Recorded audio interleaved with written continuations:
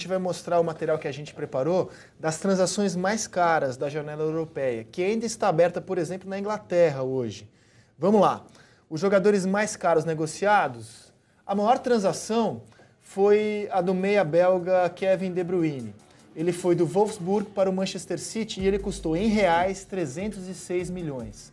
O Di Maria, argentino, atacante, foi do United para o PSG por 257 milhões de reais. O Sterling, atacante inglês, trocou o Liverpool pelo Manchester City, 255 milhões. Notem que a Inglaterra está presente em todas as grandes transferências. O Benteke, também belga, atacante, custou 190 milhões de reais ao Liverpool, ele estava no Aston Villa. O Otamendi, defensor argentino, trocou o Valência pelo Manchester City, que se dispôs a pagar 182 milhões de reais pelo Otamendi. Roberto Firmino, atacante brasileiro, trocou o Hoffenheim da Alemanha pelo Liverpool por 167 milhões. Ele é o brasileiro mais valorizado na janela e foi a sexta maior transação desta temporada. Foi mais caro, por exemplo, que o Vidal, capitão do Chile, campeão da Copa América, jogador já de Copa do Mundo e que está jogando bem já no seu começo de Bayern de Munique. Trocou o Juventus pelo Bayern, 151 milhões de reais. O Draxler, meia alemão, trocou o Schalke 04 pelo Wolfsburg. O Kovacic, meia croata, trocou o Inter de Milão pelo Real Madrid por 143 milhões de reais. E o Jackson Martínez, atacante colombiano, trocou o Porto pelo Atlético de Madrid e custou 143 milhões de reais. E aí, Buter? Eu acho incrível, 3 dos 5 são do Manchester City. 3 dos 5 são do Manchester City. O De Bruyne, o Sterling, que é um valor incrível, sem querer dizer que é um absurdo pagar, mas é um valor incrível. Mas o De Bruyne também é um valor incrível. Fora da... Enfim. E o Otamendi.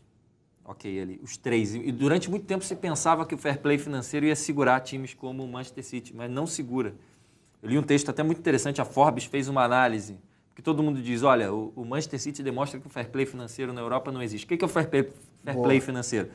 É uma tentativa, que vem da UEFA principalmente, de você conter clubes que dependem, por exemplo, de um patrono que pode botar dinheiro sem perspectiva de ganhar dinheiro. Assim, você vai botando dinheiro no clube e perdendo. Você só pode gastar com o futebol aquilo que você arrecada no futebol. Isso. Então o Davi Buter aqui vai lá, assina um cheque, compra o Noroeste de Bauru, que hoje que faz aniversário, por exemplo.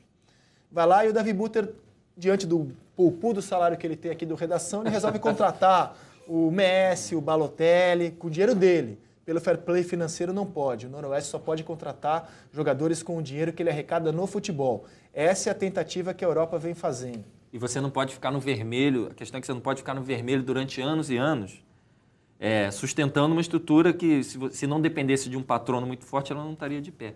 Mas eu tenho um artigo muito interessante na Forbes analisando como o Manchester, porque o Manchester City, o que acontece? Ele vem de janelas de contratação muito fortes. Então ele tem um valor de elenco muito grande. Um jogador de médio escalão que saia do Manchester City custa muito caro.